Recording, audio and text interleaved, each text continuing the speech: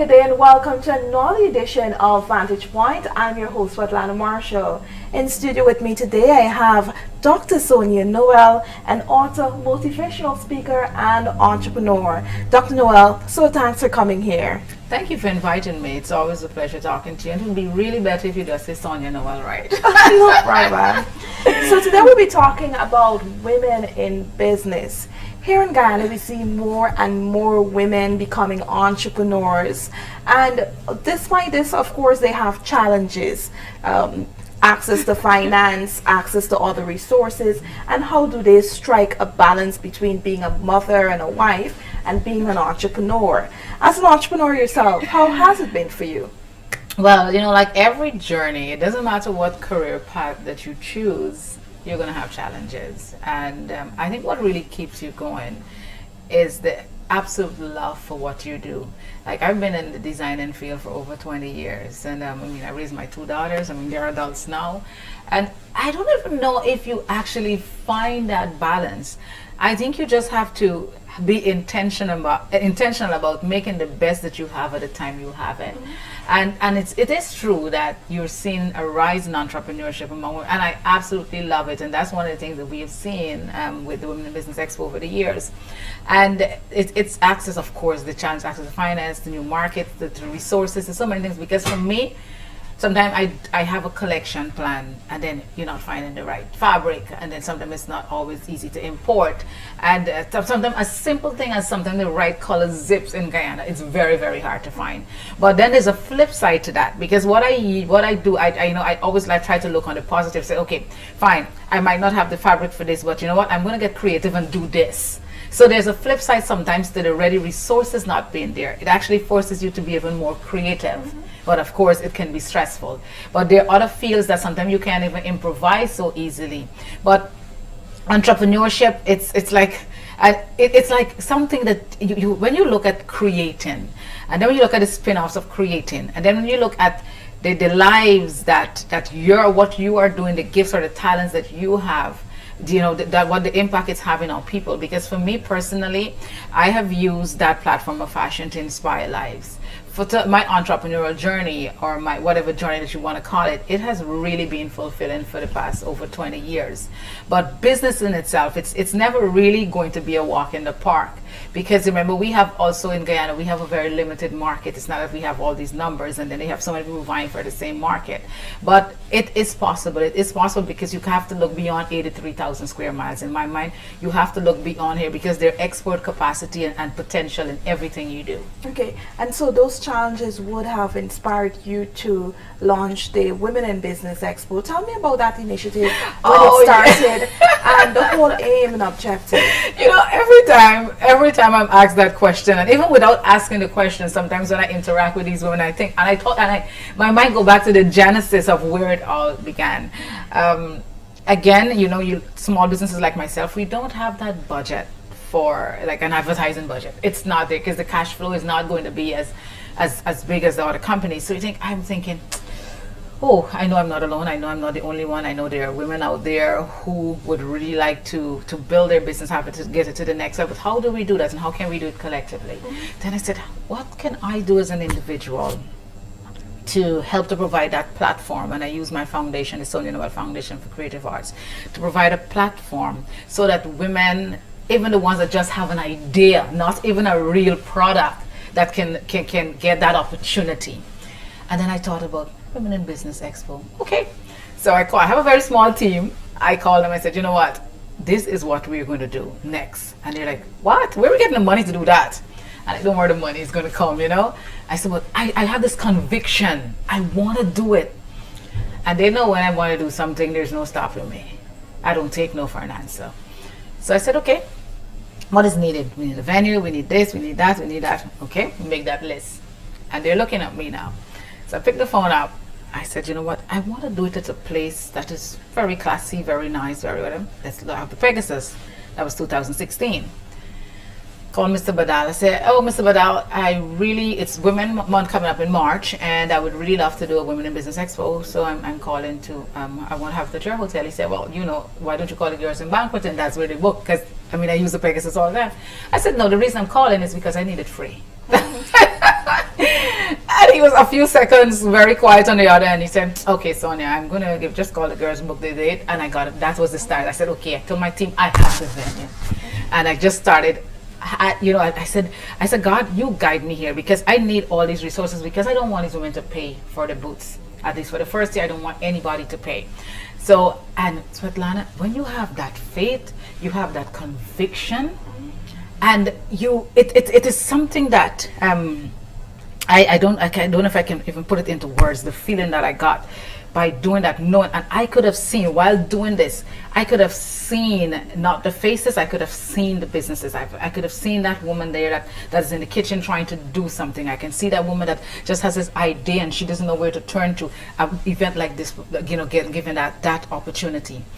And I put that ad out when I finished, had everything, and I said, Women in Business Expo, you have an idea, whatever, and if you see the applications, we had so many, we couldn't take everyone. And what I love about it, I had people like Melba that called and said, I'm from Berbice. I know I have a talent, but nobody knows what I'm doing. They don't know me. I'm in a box. Her literal thing is like, I'm in a box. I said, okay, come meet me. When she came in the house, I said, okay, first of all, we're going to get rid of that box that you're in because nobody deserves to be in a box. And she always refers to that when she has interviewed. And Lisa Gibson that called that right and said, you know what, when she called me, she said, nobody answered my application. I said, what did you write on it? And she said, oh, I'm starting this natural hair product. I said, did you put that in an application? She said, no. I said, come, let me see that product. Come by my house, let me see that product. Look at Lisa now. She has soaps, she had body oil, she has this, her stuff is in shops. So when we look back at the genesis, and those women that some of them just had an idea, that came to that event to have a full-blown business now, have people employing people and all of that. It is just so, there's not enough words to say how satisfying that is. That this journey and my talent and I thank God so for the ability to visualize, for the ability to use my talent, for the ability for me to identify there's a gifting. Right, so from that first year to now, it has really been a really tremendous journey. It's like, when you're looking forward to a baby, you have a child, and you're looking forward to the growth of that child, and you're looking forward, you can see from the birth to the university level, and it's like it's just an energy that it gives you. Because I'm not going to say it's easy to get that event done because it's a very big event. And then we added the Inspire You, which is the motivational site in the conference. But all in all, if you ask me if I'll do it again in a heartbeat, I will tell you, yes, I will definitely do it again. So you teach them how to access finance, how to manage their financial resources, how to market their products, because a lot of them, as you would have said, they have business ideas, they would have initiated their businesses, but they do not know how to market their products. You've been able to do that. From the first year, I said, you know what, if I'm to get a group of women here and just put them out there and Expo open door and said, okay, this Expo, that's going to be totally unfair because some of them are still shy, some of them have never done interviews, some of them have never really publicly interact. So that's the other thing I said. Okay, we have to have some training sessions before this Expo. So I call on my friends like Eric Phillips and those who like branding and merchandising and like tech people who are in the tech dress for success. We had like 5 different conferences, even health, 5 different training programs of how to get you ready for that Expo, how to get your business to the next level. Even like we invite people like Ayana McCalmont, who is a legal mind in terms of registering and stuff like that. So what we did is we had a number every Saturday. Like the first meeting I said, could you guys say to your husbands, your boyfriend, your family, your Saturdays are mine. So they probably thought I was crazy. Your Saturdays are mine until the Expo because we are meeting. We got to get this right. And when I look at when people say, what is one of the things that you love about the Expo? A lot of them say the preparation. Now there's the Expo day because it's not just preparing you. I could remember one husband calling me and said, thank you. I just want to thank you because it wasn't just my wife's business, it was her. She grew during the process. And as a result of her growing, our family's better. So it's a personal development and professional business development. So it is not just the business because people buy into you before they buy into your product or your services. So you have to be right. You have to grow. You have to identify areas that you personally have to grow. So those, the trainings before, it's not just the business, how to market, how to brand, how to merchandise, how to try to access finance, but it's you as a person, how to get you ready. Okay, and so this year you're going to launch launch the Women in Expo later this month on the 21st. And so next year, March 20th and 21st, or 21st and 22nd, it would be held. It would be held, right? Because what we started actually last year, it's the first time. Normally we would just do media launch just before the expo. And then I thought about it. I said, you know what? It would be great for us to have it come into the year. I said, you know, let's even raise it a little higher this year, because we actually have the petroleum conference that's coming up, and it's going to be at the Marriott. Some people are still at Pegasus. Why don't we just launch around that time, that people can actually see the other side? Because a lot of time people come to stuff, they don't get to go outside to see what's there that Guyana has to offer. And we're going to have it at the Pegasus. Actually, we're launching on the 21st, and we're going to be there until the 22nd. So it's going to be like also a mini expo. And then and what I love about it is that every year you see new people. And then you have the ones that have been there all the time, like from year one, that's not missing. And then this year we actually have people from the Caribbean that will be participating. We've had like from Trinidad and Suriname for the past couple of years. Like last year we had Suriname, we had like 3 persons from Suriname. I remember. And then and then but then this year we have a bigger contingent from Suriname, and then we also going to be having from the Bahamas, Trinidad, and some other places, because it's our 5th edition. So we want to have it special, something special. And one of the things that we planned is that for the 5th year, we're going to have more Caribbean participation. And also, we are going to actually spread our wings out of here. And that's why a contingent, we were in October from the Expo, we were in Florida at the Florida Trade and International Trade Expo, right? Because that was part of the plan, that every year from there is going to have, like, it's going to rotate. We're going to be part of that event as an expansion process, is looking for new markets and, you know, maybe investors and all of that. Because what we wanted this this expo to get to that stage where we actually have people come in there, prospective investors, to say, you know what, I want to invest in your product, and I want to, and then you have like that matching of investors and expo exhibitors and so on, and then see where it goes from there. One of the things I'm really happy to see that Impressions actually, they're on board. They're going to be in charge of all our branding, and that's what I like with Neil. He came and he said I've seen you doing this event, and I just love what you're doing because of the impact it has on the lives of these very small businesses, and I want to be part of that, and that's what we need to see, that like people looking in, and you don't even have to be from here. You could be a Guyanese that's overseas. Like one year I had Dale Davison call. She said, you know what, I want to sponsor one of these young women. You just recommend one to me that has that, you know, has that push, and yes. So we want to encourage more people even from the diaspora to, you know, have that input in some of these young businesses, because we are in for, I mean, in the next few years, Ghana is going to be transformed, and we need that we are going to be ready, especially our women that are in business, exactly, to be in that position. Yeah. Okay, so how many exhibits you're hoping, how many entrepreneurs you're hoping to have listed for Women in Expo in March? Well, last year we had just over 70. Wow, 70? I went there. Oh yes. Oh. And he was like so blown away by what is there. Like, oh my God, this tea, this is from Ghana. Look at this pepper sauce. There's a pineapple pepper sauce. Look at the barbecue sauce with the mango flavor. With so, and that's what those two things actually. When we were in Florida, people were like, we know a mango achar, but pineapple achar, when we went to Miami Carnival, the taste in there, it was like awesome. Because, and that's one of the things that you have to look as a business, see what else can I offer the market, what is unique out there that is not there to give you the edge. So there, when you will be so proud. I can remember the first year when Mrs. Lawrence, she actually gave the speech that year, Ms. Walda Lawrence, and she was like, wow, I travel all the time, she said in her speech, and I see women in different countries doing it, and to see it happening here finally, you know, and it's just really awesome to see the growth, and the growth, as I mentioned before, not the growth business-wise only, but the person themselves growing. It's really, really tremendous. And so, persons listening, how could they maybe apply to be a part of the expo? What is the procedure? Yes, actually, the link is out because people already started registering for next year to be in this, because you know you're going to be part of the launch if you are part of the registration before the launch.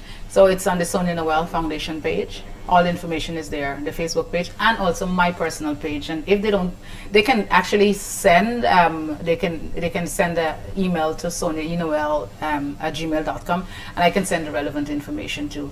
So the link is there, all the information is there as to what is required for you to be part of Women in Business Expo. And also what I'm liking also is that sometimes we have people from the outlying area. I know last year we didn't have people from Bartica, but the year before we did, and I'm hoping that next year again, because we always have Berbice Northeast and Linden, and we have Expo. people from Expo reaching out. So we need, and actually as far as Madia, we had people reaching out, Madia and Letham. So we need it. It's going to be. It's not just centered around Georgetown. The event might be here in Georgetown, but we are definitely going to be looking for the outlying regions, because part of the outreach we also want to do next year is to actually go into these regions and have, meet with some of the entrepreneurs to see exactly how can we all collaborate and have that linkage. Because one of the things that I'm also encouraging, and you're seeing it, is that it's not just entrepreneurs together. They're developing a sisterhood, and that is what is more important, because that is bounding, that is binding there. Because you look out for each other. It's like, okay, maybe we can collaborate to do this, or maybe we can, but I know someone else I can put you in touch with. Because it's always important to share that information. If it can benefit you, maybe it can benefit someone else, and that is one of the things that I encourage in the group. For them to look out for each other, for them to see how can I advance you, even if this project doesn't, if this idea doesn't advance me, I can help you to do that better. Or I know somebody that has a supply chain that will give you the materials that's more reasonable than the one you're having now. So those are the things that we encourage in the group that is really working well. And I'm sure that based on your interaction with these women, you would hear of their challenges, although you would be doing your part. What are some of the challenges that they continue to face that maybe the government or the private sector commission as a body could assist them or could do to address some of the challenges and make life a bit easier for them to integrate into the world of business? I think sometimes, like they order online, like sometimes ordering stuff online, it could be very costly because of the exchange dollar. Because like sometimes bottles and labels and other material, ordering stuff online, something that's the only place that you can actually get it. And that sometimes would take up your product prices. And also, like in the manufacturing sector, of course, as you know, electricity is a big deal, and sometimes that also can filter in to make your costs even higher. But I think I am optimistic that in the next few years we're going to have things that are going to be kind of level out, that's going to benefit all entrepreneurs. But for now, the challenges mainly, I think, is, and we, like even some of the trainings that we would have had that would have benefit people in terms of the branding and marketing and so on. But accessing new markets, that, because remember, you have to get certain criteria to do that. And I must say that the Guyanese shop, when it comes to agro processing, they're actually doing a lot of work with the young agro processors to get their branding and whatever recipe and everything else to the right. And that's why I'm saying that I'm optimistic that these things are going to be addressed in the near future. Some of the stuff that is kind of given like a hurdle right now to get to the next level. But I'm optimistic that it's going to happen. Later this month, you'll also host the Style Mission. Tell me a bit about that. Well, Style Mission is an event we've been doing for a few years. It's always it's a charity benefits from it. The last time it was Henry Rodney and Corinne Gibson, the one that we did the last time, and then before that they had like the single parents. One time we had like a number the special needs school we did stuff for. So it's a number of Style Missions that we've had over the years that the money goes to a charity. And then it's not just the fashion show, but we also have an auction, and we're hoping to have Nigel again or Ron to do the auction because it's always fun. But it's like, I just love the way Richard puts it when he coined what we were doing for Style Mission, and he said, style has no meaning. Style has no purpose if it has no meaning. Style has no value if it has no mandate. And style has no soul if it has no mission. I absolutely love it. You know, he's the creative director. He's coming for that. We're actually having auditions at the Tower Hotel at 6 on Friday for people who are talking about auditions. I have a section. Sharad is in that section. Sharad Duncan is in that section too, where we have people in society. They're not necessarily models or anything, but they're walking for a cause. Okay. And I'm committing you right now on air that you need to come and walk for the cause too. So we have a section there that is going to be not models, but just people like yourself who said, you know what, I want to walk for this.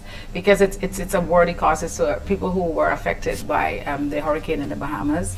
The funds will be going for them, because it's for a while those people are going to always be in need there, to get their lives back together. And that's one of the things I mentioned earlier when I started about fashion. I've always incorporated from my very first show incorporated things that are going to, that we consider ills in society or somewhere to help, that get a message out or to raise funds, because you have a ready audience. Why don't you just do that? Just incorporate something that is going to benefit and add to humanity. And so that is what over the years I've been doing. And I was talking about the training even earlier, the trainings for the Women in Business Expo. We also have independent trainings and independent events. Like the Living with Intention program, the last of the series that's going to be happening at the end of this month, where people outside of entrepreneurship of the business can actually be part of, because you have to. I think it's important for all of us to grow.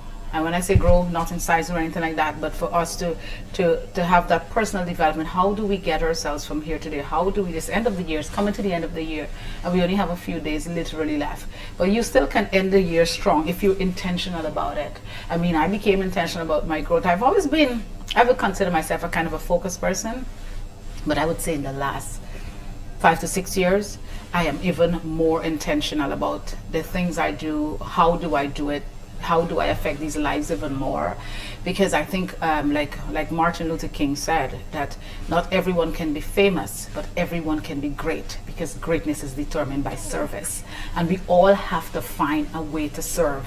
And even the program that I'm doing right now, the Model Image, Fashion in the Future You, with the young kids from 8 to 16.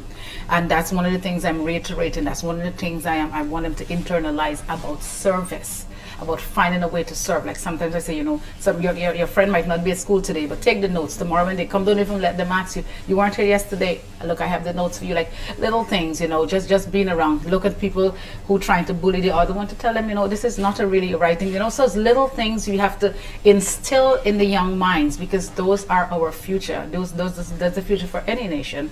So we have to every day intentional about what we do, about the way we do it, and who we do it to. Okay, as we wrap up today's program, what advice you would give persons who want to venture into business? It may not be women only, but men also, young people who want to start up a business, but they're not sure how to go about it.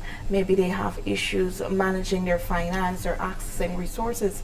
What advice you would give them? I'm glad you brought up not just women, because I do a lot of work for women, but we actually launching a project called Men Across Borders very soon.